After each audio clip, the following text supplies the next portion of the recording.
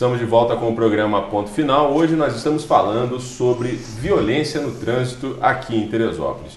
No último bloco a gente estava falando sobre essa matéria que saiu recentemente na Veja, não sei se vocês tiveram a oportunidade de ler, mas essa matéria dizia que a lei seca acabou tendo um efeito diferente do que se previa inicialmente. O número de acidentes acabou aumentando, porque agora as pessoas podem se recusar, né, a fazer o teste do bafômetro e com isso haveria aí uma flexibilidade maior para quem bebe e depois dirige. O que vocês acharam dessa matéria? O que vocês acharam da conclusão dessa matéria? Leandro, não sei se você chegou a ler. Isso te causou um certo desconforto? É isso mesmo? O que você acha?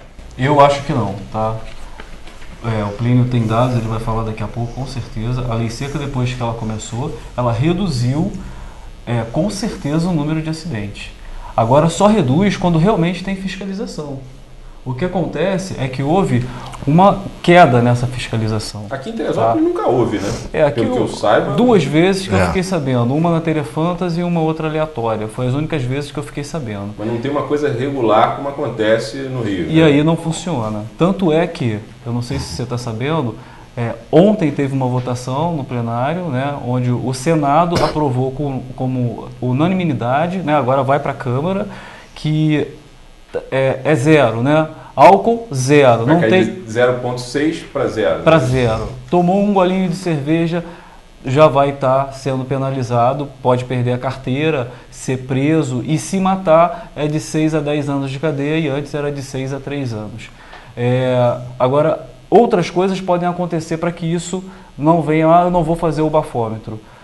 Provas podem ser, as provas agora mudaram, né? Se for realmente aprovado, a testemunha, as pessoas no local podem testemunhar. E até uma imagem que é feita na hora. Uma imagem com celular, uma gravação, tudo vai poder ser feito, né, usado para que aquela pessoa pague pelo crime que ela cometeu.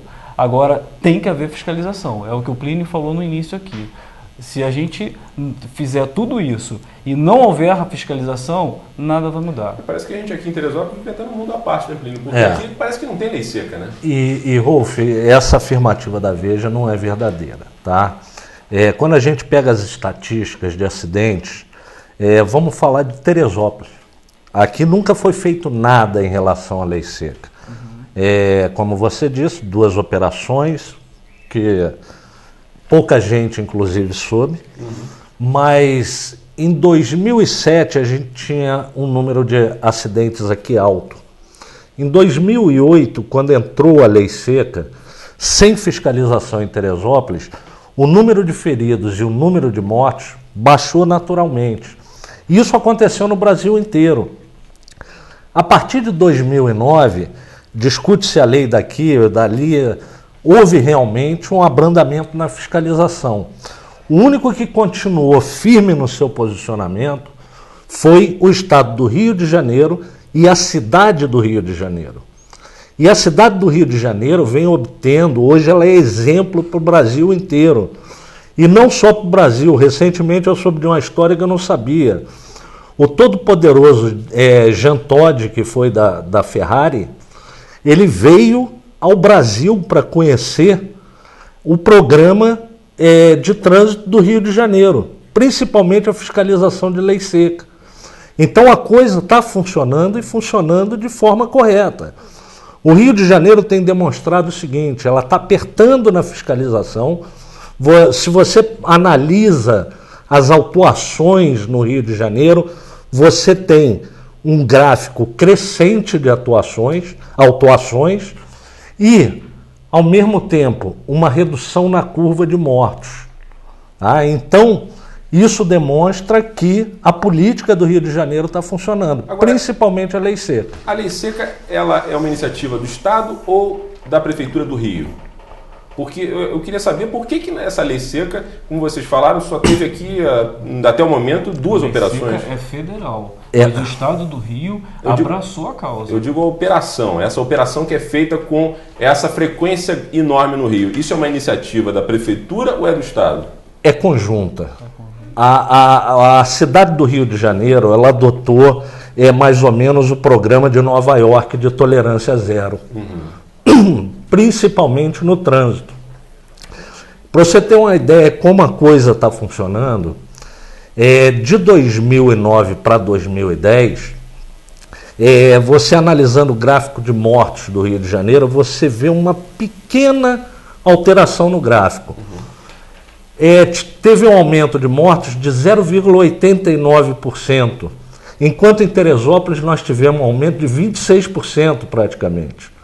Então, por que essa discrepância tão grande? Justamente por conta... Exatamente porque a gente não tem uma política de trânsito na cidade, a gente não tem fiscalização. Quando você pega, por exemplo, o gráfico de autuação do Rio de Janeiro, você tem esse gráfico crescendo, e aí as mortes diminuem. Em Teresópolis, quando você pega os gráficos de autuação, tem um ano aqui, se eu não me engano, 2007, que nós tivemos quase 40 mil autuações e não se resolveu o problema da morte no trânsito. E hoje há um relaxamento. Agora, uma das maiores causas de morte no trânsito em Teresópolis é a questão que envolve motocicleta, né? Os motoqueiros ou motociclistas, quem é motociclista diz que não gosta de ser chamado de motoqueiro, mas enfim, o que realmente causa um maior número de acidentes em Teresópolis, pelo que vocês podem constatar, são as motos?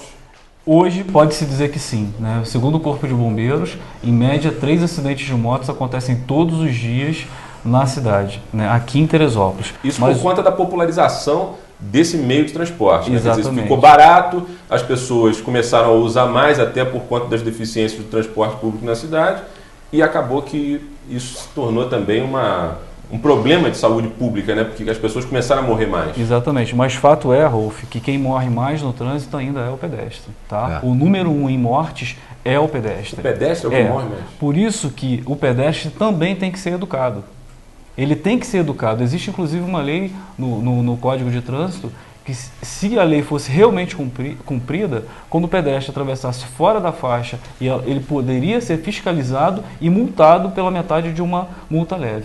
Vamos fazer uma pequena pausa para os nossos comerciais, que na sequência a gente vai falar justamente sobre isso, que é a questão da participação do pedestre nessas estatísticas da violência no trânsito, né? Que é uma coisa que, de uma certa forma, as pessoas não sabem ainda que isso é uma realidade, né? Pedestre é o responsável também, é um agente ali dessa violência no trânsito. É o que você vai ver na sequência do programa Ponto Final, daqui a pouco.